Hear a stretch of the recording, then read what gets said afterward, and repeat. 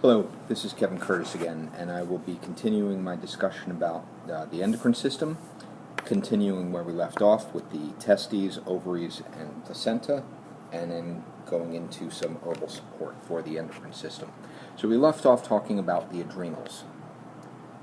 The testes are an elliptical organ located in the scrotum. They lay directly behind and below the penis.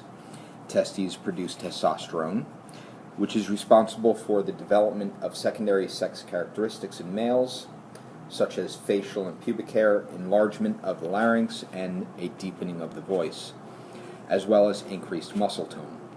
The production of testosterone is controlled by follicle-stimulating hormone and luteinizing hormone.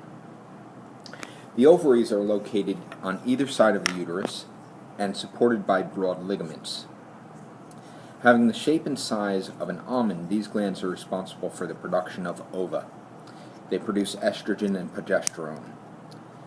Estrogen causes the maturation of breasts and reproductive organs.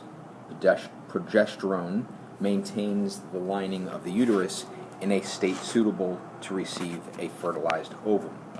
Under the influence of follicle-stimulating hormone and luteinizing hormone, estrogen and progesterone undergo cyclical changes in concentration every 28 days. An organ of pregnancy, the placenta, connects the baby to the mother via the umbilical cord, ensuring that the baby receives adequate nutrients and oxygen. As an endocrine gland, the placenta produces chorionic gonadotropin, or HCG.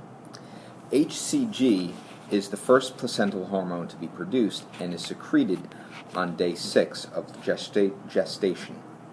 HCG maintains the corpus luteum from which the ovum bursts and ensures the production of estrogen and progesterone until the placenta can produce adequate amounts, usually by the 3rd month of gestation.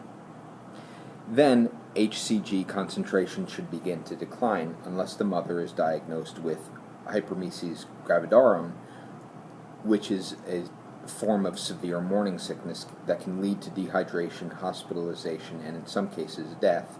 The cause of this is still unknown.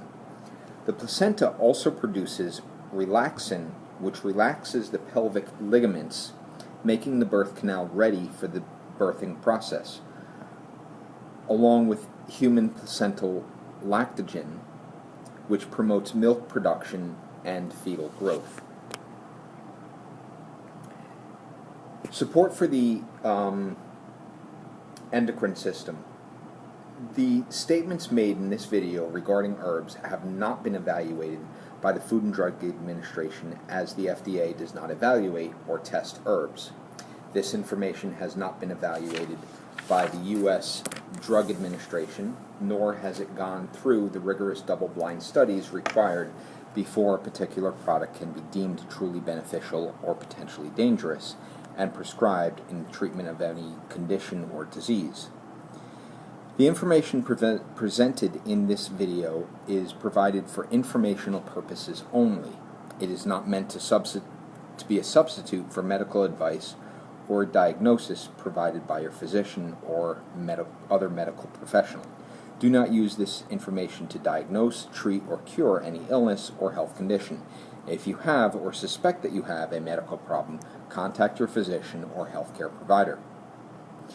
There are several things that should be addressed when developing any program to support the immune system.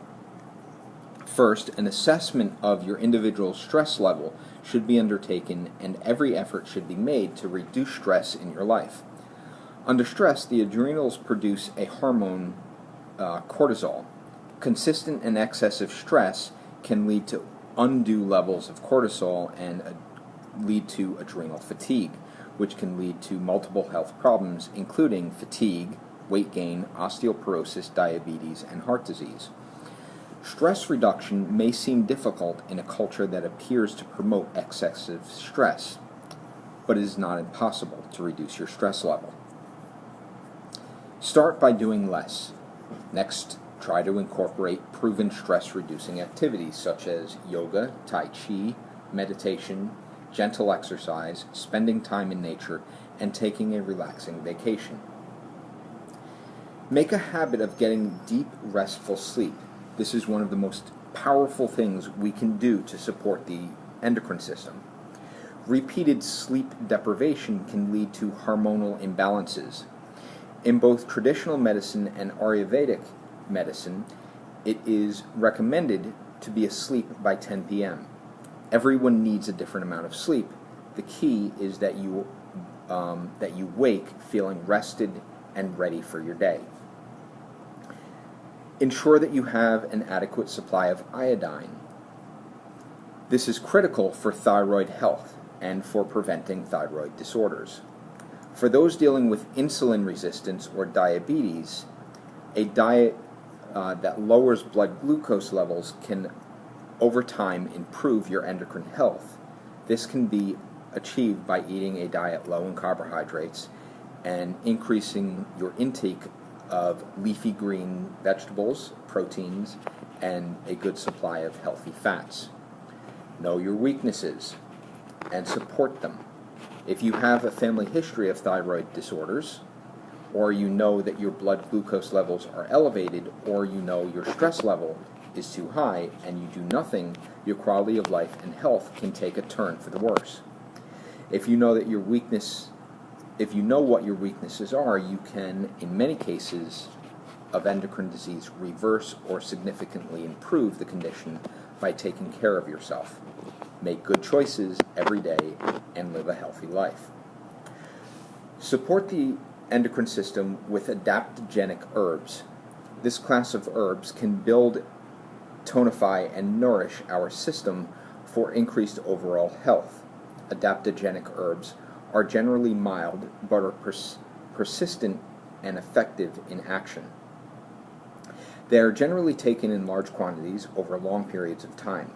Adaptogenic herbs can generally be taken by most people for improved health, but it is important to correctly match the herb to the person.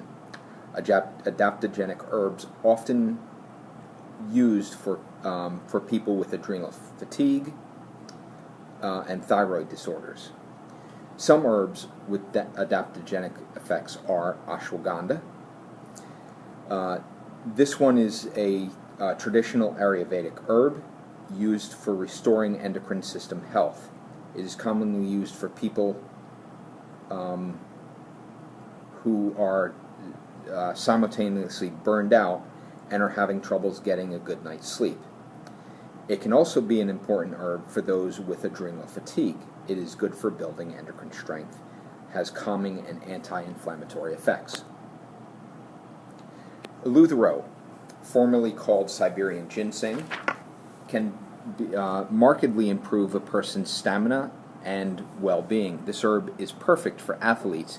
It was used by the Russians to improve the Olympians' performance. Or for people who it's also used for people who seemingly are running a marathon each day of their life, work, home, school, etc. This herb normalizes blood sugar, is good for stress and cardiovascular health. American ginseng is good for the young, those that are stressed out, and will not overheat the body. Astragalus. This herb is commonly used for people who need gentle, nourishing herbs to support their overall health. It is usually used with people who have adrenal fatigue, who frequently get colds and flus, and have seasonal allergies.